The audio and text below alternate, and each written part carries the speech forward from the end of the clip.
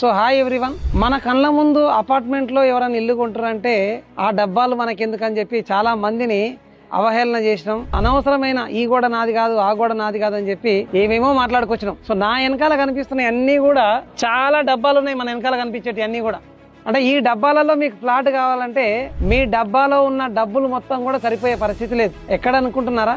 So కోకాపేటలో ఉన్నాను. Minimum 14,000 SFT దగ్గర నుంచి 16,000 వరకు ఉంది. 16,000 SFT ఫ్లాట్ ఒకటి కావాలంటే కూడా 25 crores కూడా మనకు ఒక ఫ్లాట్ మాత్రమే దొరుకుతుంది.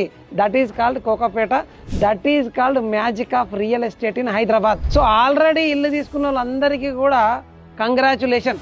మీరు ఏ పని చేస్తున్నప్పుడైనా నలుగురు నవ్వినా పర్లేదు, కానీ జీవితం నవ్వుల పాలు కాకుండా ఉండాలంటే రియల్ ఎస్టేట్ లో ఇన్వెస్ట్మెంట్ చేయాల్సిందే. సో ఇల్లు అయిపోయింది కదా, నాకు ఇంకెందుకు అవసరం అనుకుంటే మీ భవిష్యత్తు అవసరాల కోసం, పిల్లల ఎడ్యుకేషన్ కోసం, పిల్లల మ్యారేజ్ కోసం మన ఇల్లు అయితే అమ్ముకోలేం కదా. మరి ఏం అమ్ముకోవాలి?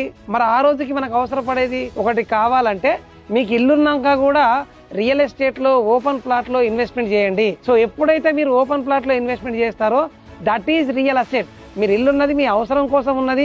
మీరు అమ్మాలంటే ఇమ్మీడియట్ గా మళ్ళీ మార్కెట్లో నేమ్ పోతుందేమో ఉద్దేశంతో అమ్మే పరిస్థితి కనిపించదు.